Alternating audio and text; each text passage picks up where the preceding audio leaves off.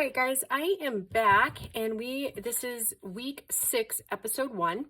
And so we're going to work on this little pocket here. If you'll remember back, it's got a couple of pockets and a tuck in the back.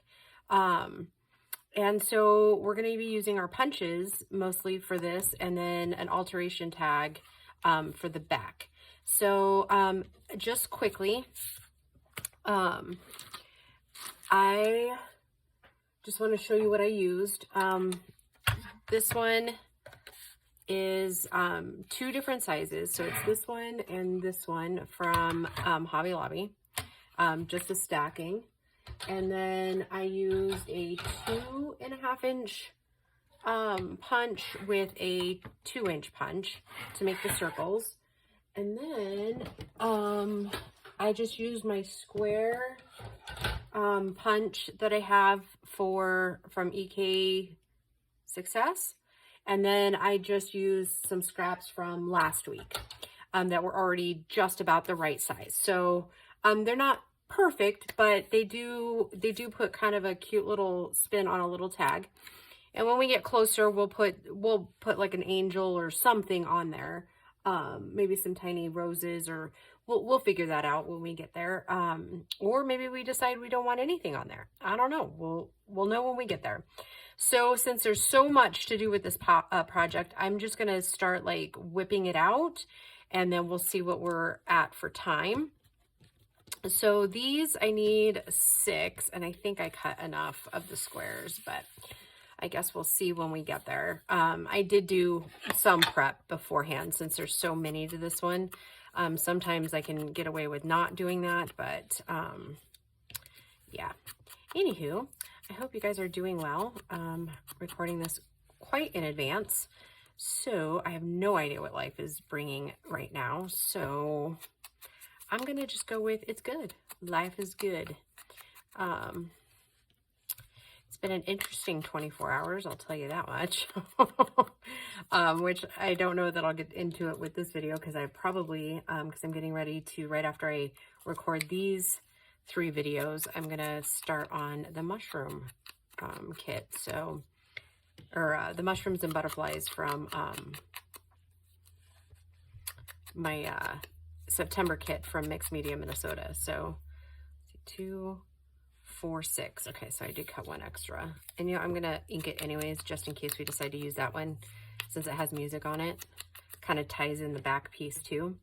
And while I'm at it, no, we'll do them all in sequence. How about that? So anywho, and I might need to get another new glue stick out. So yep, I hope you guys are all doing well.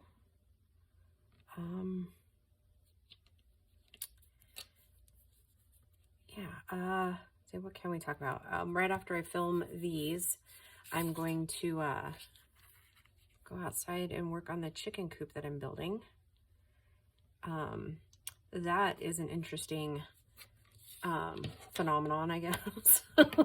I'm learning all kinds of stuff because I'm learning some different techniques that the guys at work are telling me to do. So that's been interesting. Definitely feel like empowered, I guess maybe is the word I'm looking for. And I'm doing most of it out of like spare parts and pieces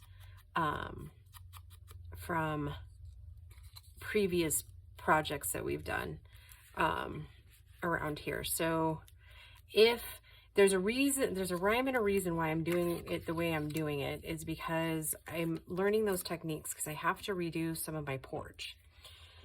And I'm trying really hard to learn those different techniques before I have to do like expensive wood. Expensive being like 2x6s and stuff. Cause yeah, I just, that, when wood's that expensive, you just really shouldn't be messing with it. And I do have spare pieces for that too, because we ended up having to redo some of our porch a few years ago. So I do still have some 2x6s, but That said, I don't want to be wasteful. Oh. I don't want to be wasteful with that either. So all that to say,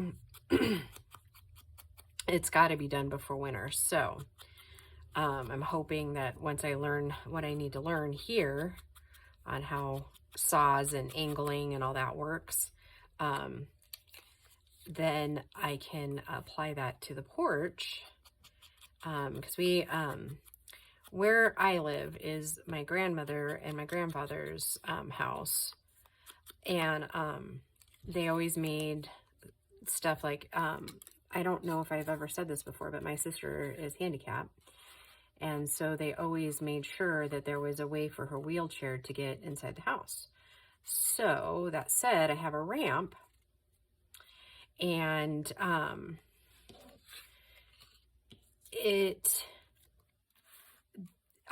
the underneath wood, the top wood is still going to need to be replaced, but not as soon as the underneath side, because it's rotted and kind of falling. So we have it propped up, so it's still kind of safe, but yeah, all that to say that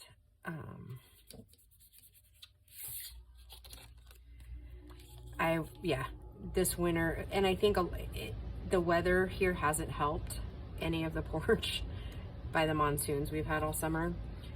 It just kind of solidified, I guess, the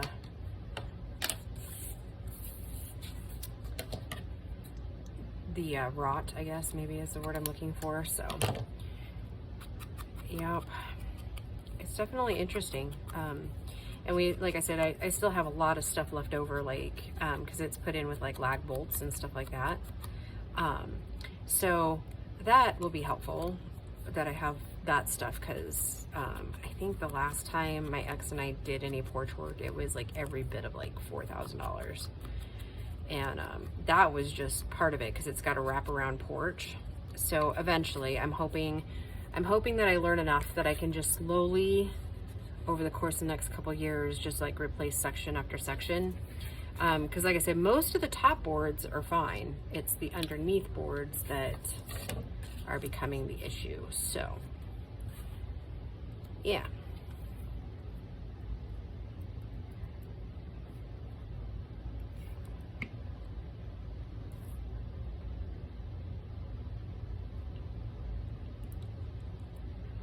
And I guess, I mean, I've had offers for help and stuff, but I just don't know, as a single woman, I'm just still not feeling overly comfortable having, I wouldn't say they're strangers, but I just don't feel comfortable having people that I don't know very well here, especially since the kids still live here. I don't know, maybe some of you single mamas can relate to that. I think I'm just not really wanting to have the vulnerability either, you know, by having maybe the wrong person know where you live. Because, and that, you know, a lot of that, because I used to be so trusting, a lot of that comes from when I first started dating again after my husband and I's divorce. I went out on one date with this guy, and I mistakenly, because I mean, naive and innocent, gave him my actual phone number. So then he, after our date, the very next day, he like looked up my phone number and then obviously got the address, and then he drove by my house, and then he was goof enough to tell me that he did that. I was like, that really freaked me out. I was like, wow. Yeah, and then when I called him on it, he was like, you're clearly not over your ex. And I was like, being over my ex or not does not, that's just creepy.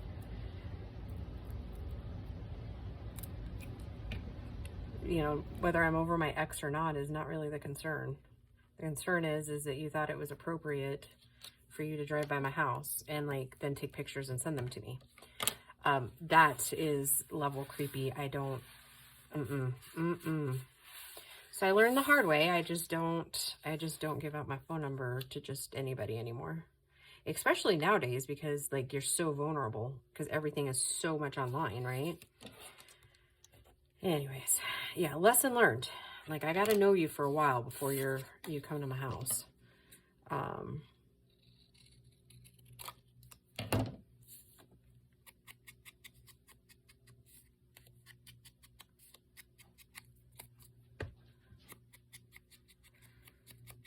yeah, so all that to say, your girl's going to be practicing on making angles with her little saw. And everybody's like, oh, use the chop saw. And I was like, or isn't that what that one that comes down is? However, that's my ex's. Yes, it's still here, but I just don't feel comfortable using his stuff. It's one thing to use the saw that we had for years, but yeah, that chop saw was specifically his. That was like a Father's Day gift. So I don't feel comfortable using that. And I mean, if I were to ask him, he would probably say it would be fine, but the less he knows about our lives, the better off we are. So yeah, I just don't want to, and you know what? I just don't want to talk to him. Oh, that's so bad, isn't it? Or is that also a stage you go through after, like, post-divorce, where I just, like, I just cringe every time I have to talk to him about something, like, even to do with the kids. Ugh. I think it comes with kind of, I think it's part of the healing journey, I think, honestly. Like, I mean, and I think a lot of it, too, for me, is that there's still, like, zero accountability. And honestly, I made the divorce process very easy on him, where I could have been not so easy. And I think that by not being difficult, that gave him a free pass in his mind. I don't know. Isn't that weird?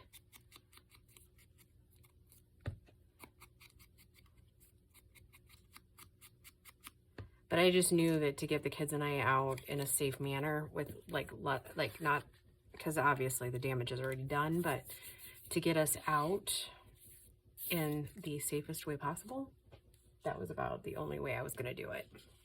Okay, so and then the circles are very much the same.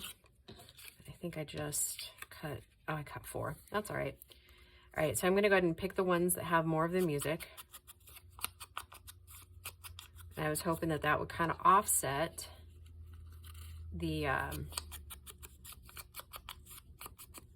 you know what, I was just thinking, what would be the harm of going ahead and making this little one and using up the rest of that little chunk? There wouldn't be any harm, and there wouldn't be any harm in me making up that 4th one there. So, because we always need little somethings, right? In these journals, there's always one little spot, right? So, and because I already know this particular video is going to end up being way longer than the 15 minutes because there's so many pockets on this one. And let's see, not the next video, but the next one in the series, I think, is also another big one. Yeah, but those should be fairly easy because they're going to be pretty basic little things. So, but yeah, anyhow, what was I saying? Oh, we were talking about divorce. Let's not talk about that anymore. Let's talk about something different. Because he doesn't need any more of my energy, right?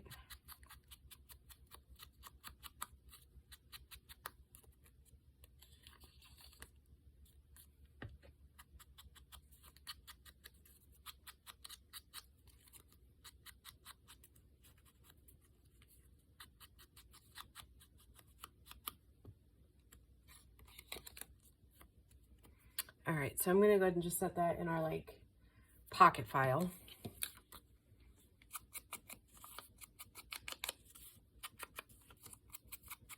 Basket file. Oh. I don't know, girls. I'm not very funny, but, I mean, I try. I do try. Oh, shoot. And it might be time for a new glue page, too, because I'm sticking in places I shouldn't be sticking.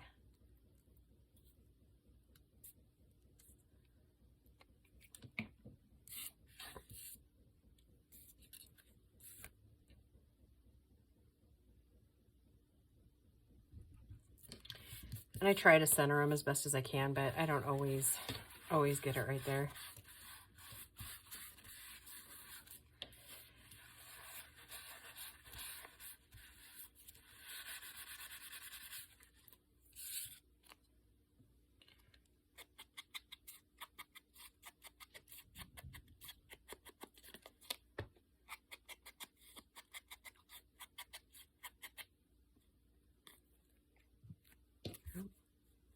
Oh, right, because I messed that one up.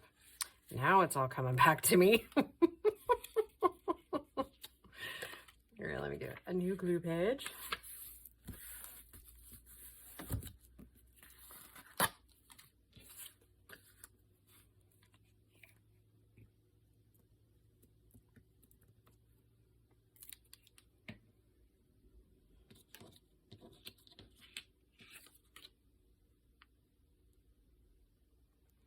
And then next weekend, I think I'm going to take a mama's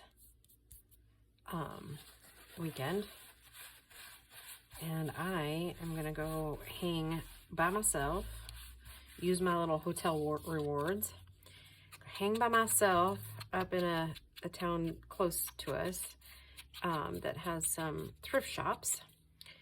And I am just going to sleep and shop and then come home, because there won't really be that much time for a whole lot of anything else. But yeah, I think that's what I'm gonna do. Just take a well-needed little mini and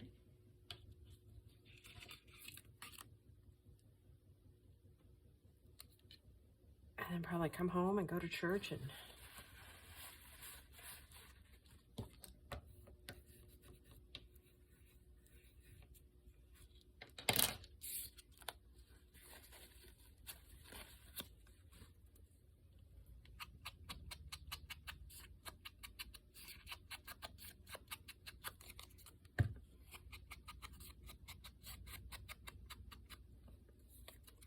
can you imagine if I didn't prepare some of this? Holy moly.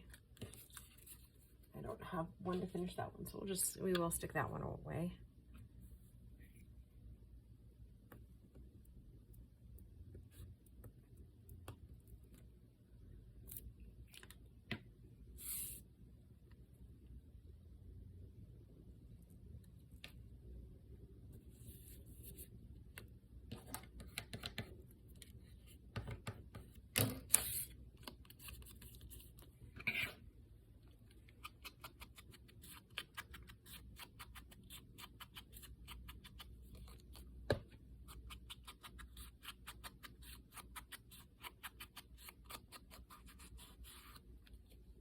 Okay, and that is our little extra one. We'll put that one in the bin. All right, and I probably have quite a few extra of these ones too. 1, 2, 3, 4. Yep. So I'll just do 1, 2, 3, 4, and turns out I only have one extra. That's all right.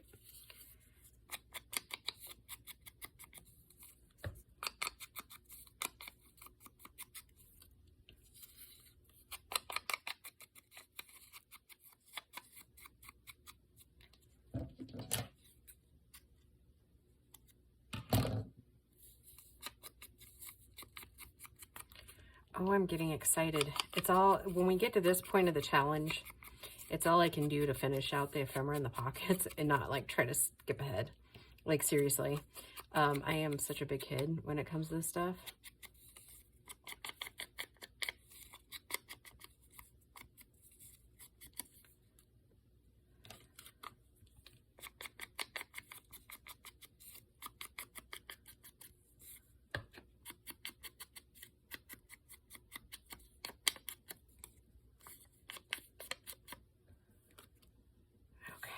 Now,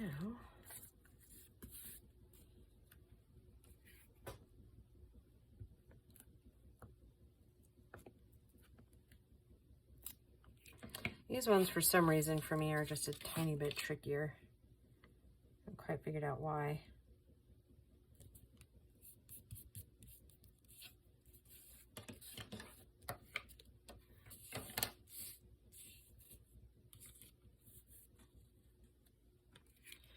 And then those, the tags themselves will be pretty easy to accomplish.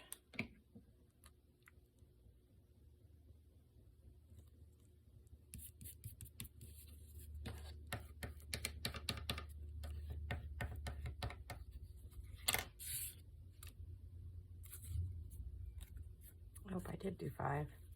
Okay. Yep. Come on. At least an inked one's going back in the bin, huh? Oh, shoot.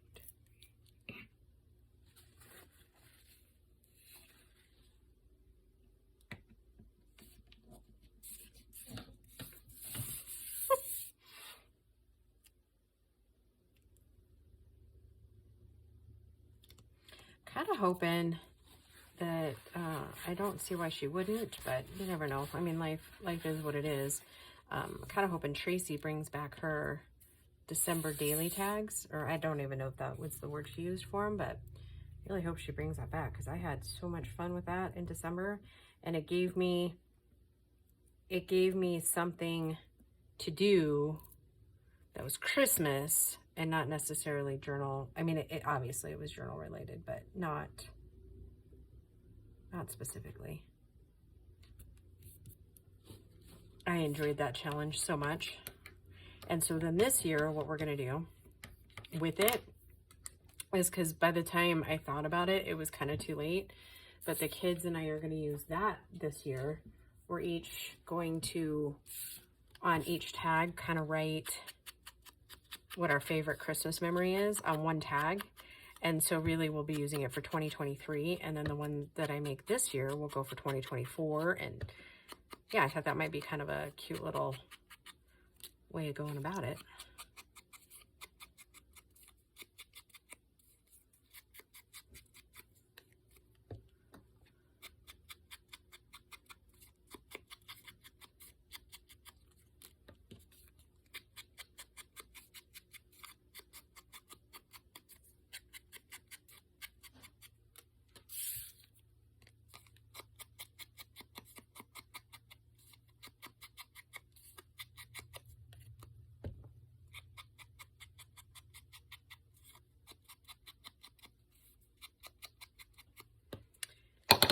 Yep, okay, so I'll put that extra one in there.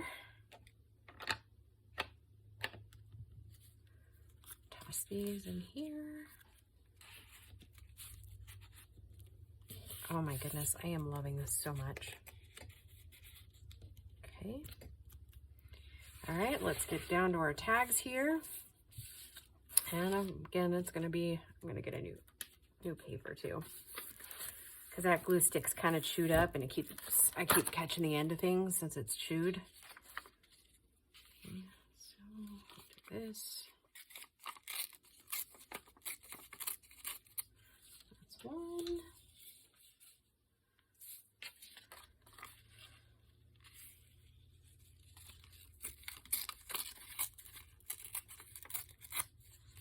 Two.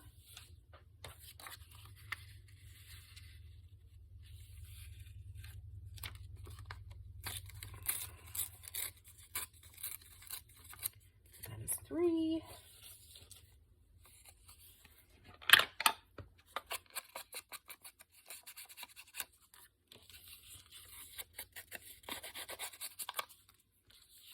Yeah, I have a feeling we're closer to 35 minutes on this one.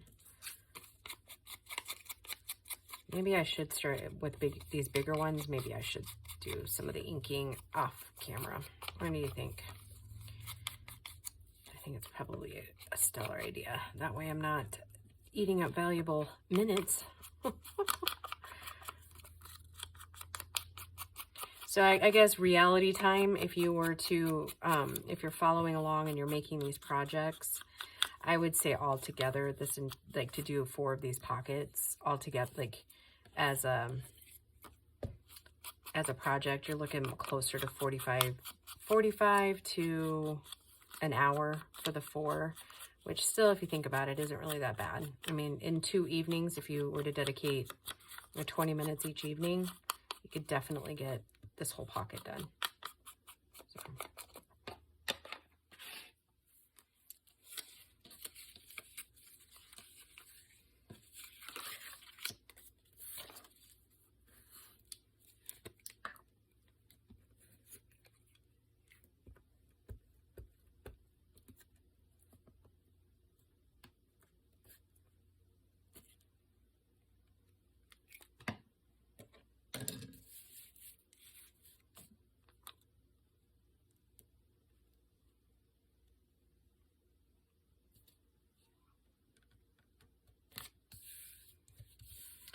hear my little ducky girl out there. She is quacking away.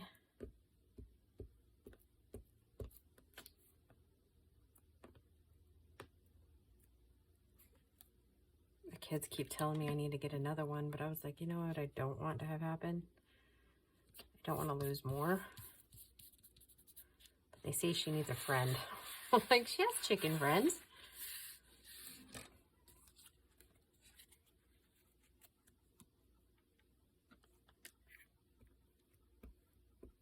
Oh, and I hear a chicken. Those little stinkers keep flying out.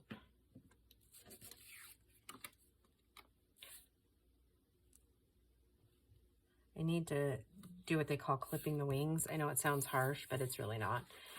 I mean, it might be a little dramatic for them for a few minutes, but it's really not. It's basically when you clip wings, you just take some of their flight feathers and then you just kind of trim the end of them off.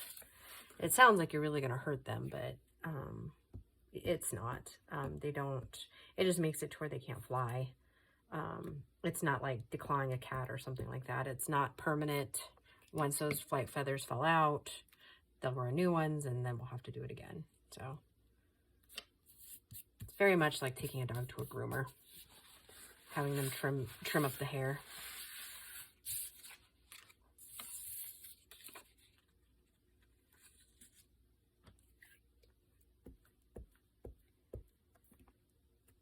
And it keeps them safer because if they get out, then the predators like to get them. So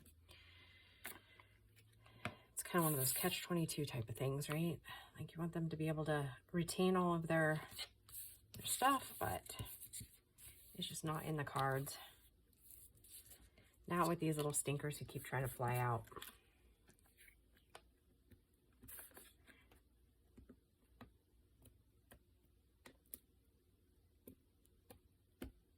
I kind of thought about bringing in the dogs for the day and letting them, like opening the gate, letting them free range.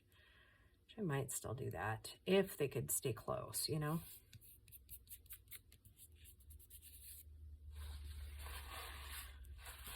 I just love these roses.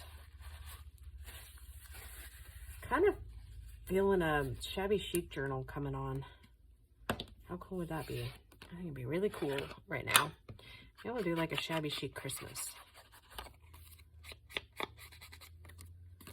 I think I got parts and pieces of all kinds of different stuff. Ooh, you know what? One of the Christmas journals I didn't get to make last year, and I'm so going to make one.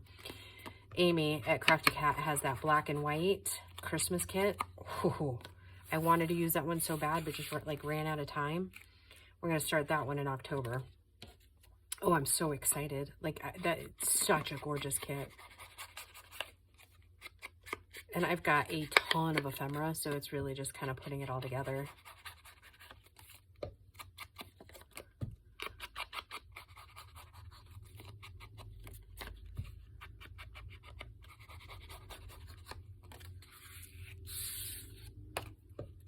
All right, oop, that one needs a trim. The little nippers. There we go.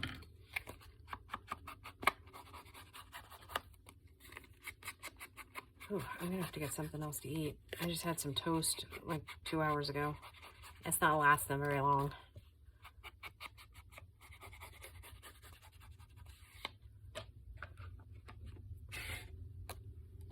All right, there is 3, and then my prototype one right there.